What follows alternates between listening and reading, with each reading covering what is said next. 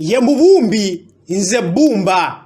Essomo lyaffe olwaleero liva mu kitabo kya Isaaya essula ya 45 kuva kanyiriri akasooka paka ke-14 naye akanyiriri k'omwenda kagamba nti zisanze oyo awakana n'omukozi we olujjo mu nju ez'ensi. Ebbumba lirigamba oyo alibumba nti okola ki? Oba omulimo gwo guligamba nti tolina ngalo? Katonda ng'omubumbi era ffe ebitonde bye ng'ebbumba ebyogerwako mu byawandiikibwa kituyamba ffe okuwulira kiki Katonda kyagamba. Nga bwe twekkaanya essomo lya leero, leka omwoyo gwa Katonda gutuyambe okutegeera amazima. Waliwo ekitundu eky'obubaka bwa Katonda eri Kuulo kabaka w'e Buperusi, oyo Katonda gwe yalonda okuleeta okuteesa kwe eri abalonde be eggwanga lya Isirayiri. Wano tulaba ekifaananyi ekituufu ekiraga Katonda y'ani ku ebyo Mukama by'ayogera ng'agamba nti ekisooka, nze Mukama so tewali mulala. Akanyiriri k'okutaano, nze mmumba omusana era ntonda ekizikiza. Akanyiriri k'omusanvu. Ekyokusatu, ndeeta emirembe era ntonda obubi. Akanyiriri k'omusanvu, bajjemu obulokozi emeze obutuukirivu wamu, nze Mukama nagitonda. Akanyiriri k'omunaana, omutukuvu owa Isirayiri era omukozi we. Akanyiriri ke-11, nakola ensi n'entonderamu abantu mu yo. Akanyiriri ke-12. Bino byonna biraga amaanyi ga Katonda agataliiko kkomo. Mukama w'amaanyi, ye mutonzi w'ensi yonna. Katonda ayaza amawanga era agazikiriza. Bino byonna bitukubagiza ffe n'okutegeerera ddala Katonda kyali. Akanyiriri kaffe kannyonnyola Katonda ng'omubumbi, koogera n'amaanyi nti omubumbi alina obuyinza bwonna okukola nga bw'ayagala wamu n'ebbumba.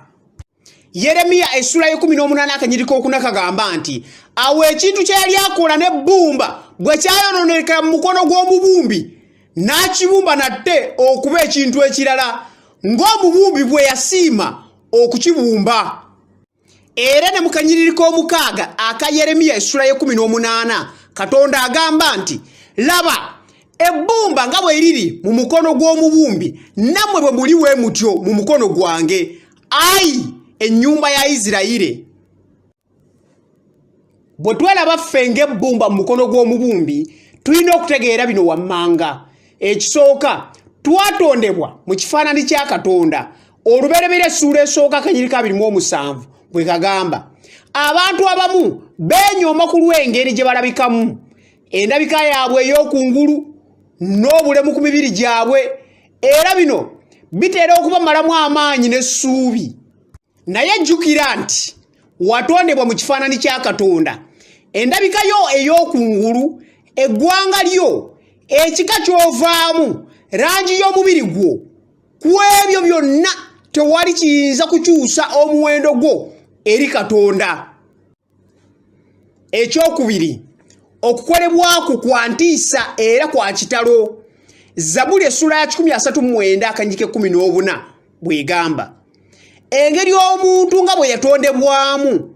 Bwe twekkaanya omubiri gwo gwokka, kino kitulaga nti waliyo omutonzi ow'amagezi amangi, oyo eyakubikkako mu lubuto lwa maama wo. Zabuli essula ya 139 akanyiriri ke-13 bwe kagamba. N'olwekyo toyina buyinza okuzannyisa oba okukozesa omubiri gwo buli ky'osanze. Jjukira, tuyina embalirira ey'omuwendo gwaffe eri Katonda. Ebbaluwa ya Pawulo omutume eri Abaruumi essula ye-14 akanyiriri ke-12 kagamba nti kale bwe kityo buli muntu mu ffe alibalirira omuwendo gwe yekka eri Katonda. Ekyokusatu, mu ye tuba balamu, tutambula era tubeerawo. Ebikolwa by'Abatume essula ye-17 akanyiriri ka 28 bwe kagamba obulamu bwaffe buva eri Katonda. Yubu essula ya 33 akanyiriri k'okuna kagamba nti omwoyo gwa Katonda gwe gwankola, n'omukka gw'obuyinza bw'ebintu byonna gwe gumpa obulamu. Ffe ng'abantu Tetuyina buyinza eri bulamu bwaffe wabula obuyinza bw'oyo eyabutuwa. Ekyokuna, Katonda omubumbi abumba era n'atubumba ffe nga ye bw'ayagala. Isaaya essula ya 45:9 bw'egamba. Waliwo emitendera egy'okubumba paka ng'omubumbi amaliriza okubumba era buli omu Katonda yamubumba nga ye bw'ayagala. N'olwekyo toyina kwemulugunya nga bwe watondebwa.